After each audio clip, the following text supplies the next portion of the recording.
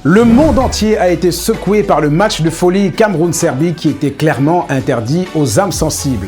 On a surtout été impressionné par la spectaculaire remontada en deuxième partie de la rencontre, orchestrée par Vincent Aboubakar, qui non seulement a donné de la réplique à Eric Maxime Choupo-Moting, lui permettant de marquer enfin son tout premier but en compétition internationale avec le Cameroun, mais aussi il a marqué un but inoubliable, désormais légendaire, d'une lucidité apaisante.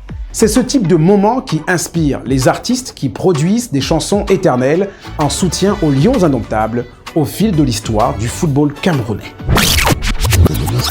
Ce but de Vincent Aboubakar n'est pas une louche ordinaire d'un footballeur créatif, c'est une véritable œuvre d'art. Normal que la FIFA l'ait déjà encadré et placé en lieu sûr. Normal que de nombreuses célébrités aient posté sa photo, qui a même donné à Antoine Griezmann, le footballeur français, le tweet probablement le plus commenté et partagé de sa vie. Quand on vous dit que le Cameroun est un continent, Samuel Eto'o avait dit qu'on rentrerait avec la coupe. Même si on ne décroche pas le trophée ultime, la coupe d'homme du match de Vincent Aboubakar pourrait bien être accompagnée du trophée du plus beau but de la Coupe du Monde de football 2022. Normal que les fans aient déjà créé une chanson en son honneur.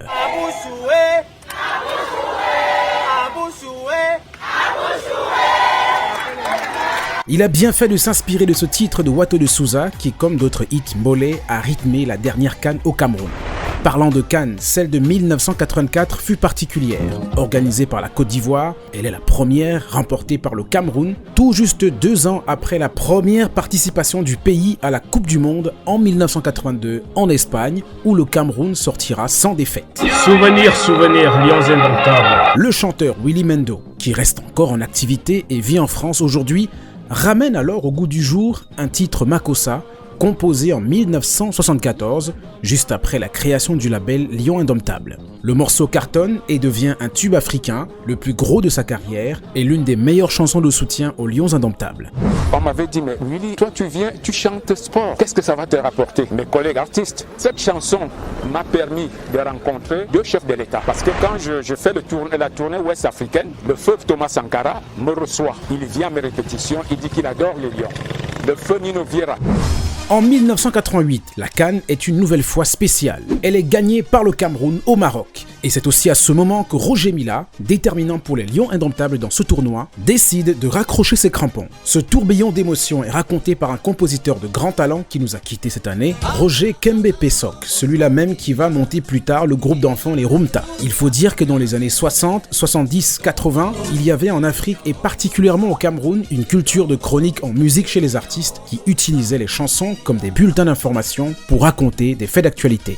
En 1990, le Cameroun ne gagne pas la CAN en Algérie, mais crée un exploit plus costaud. Pour sa deuxième participation à la Coupe du Monde, avec le mystérieux coach russe Valeri Nepomniachtchi et un Roger Mila rappelé de justesse de sa retraite sur instruction de Paul Biya, la sélection des Lions indomptables réalise une des plus grandes surprises de l'histoire de la compétition, en s'imposant lors du match d'ouverture contre le tenant du titre, l'Argentine de Diego Armando Maradona, marche sur la Roumanie, écrase la Colombie et devient la première équipe d'Afrique à atteindre les quarts de finale du mondial.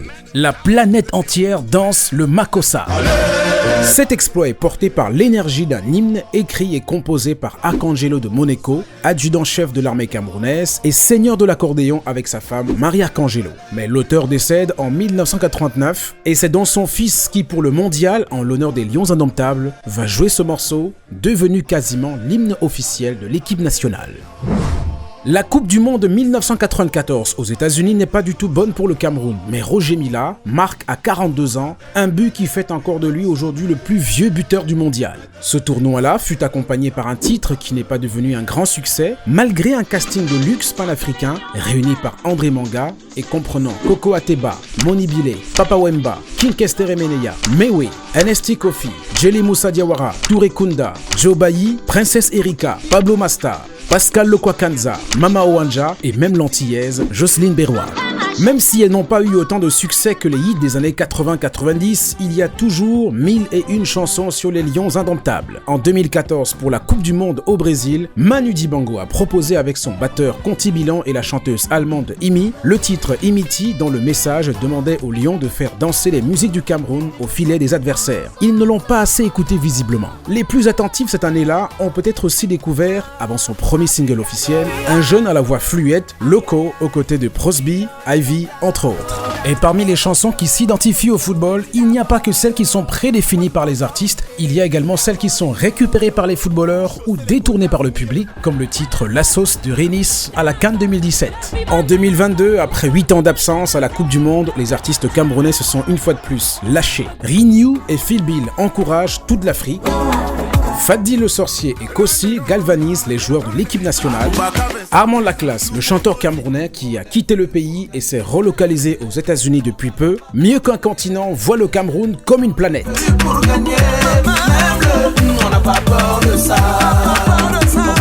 Van Lister prêche le Cameroun en chanson partout au Qatar. Avec toute cette énergie musicale, mon frère, tu es qui pour ne pas supporter les Lions indomptables, l'équipe préférée de la Casa de Papel? Imaginez un match du mondial. Et à l'affiche, on a Brésil contre Cameroun. Qui voudriez-vous qui gagne? Gagner, c'est le Brésil. Moi, je soutiendrai le Cameroun, c'est sûr. Cameroun. Espérons qu'on gagne donc le Brésil et qu'on se qualifie si et seulement si l'autre match, Serbie-Suisse, n'est pas défavorable pour les Lions indomptables. Et oui, parce que malheureusement, une fois de plus, dans l'histoire de la Coupe du Monde, on se retrouve encore dans le labyrinthe des si. Le Cameroun se qualifie pour les huitièmes de finale en battant le Brésil si la Serbie bat la Suisse, mais pas avec un score qui est trop grave. Le Cameroun bat le Brésil et se qualifie pour les huitièmes de finale si la Serbie et la Suisse font match d'égalité et si le Cameroun a battu le Brésil avec un score qui fait 2 buts d'écart. Voilà, vous voyez que ça fait un peu trop de mathématiques et ça donne un peu le tournis, mais de toute façon, j'espère qu'on va gagner et qu'on va se qualifier.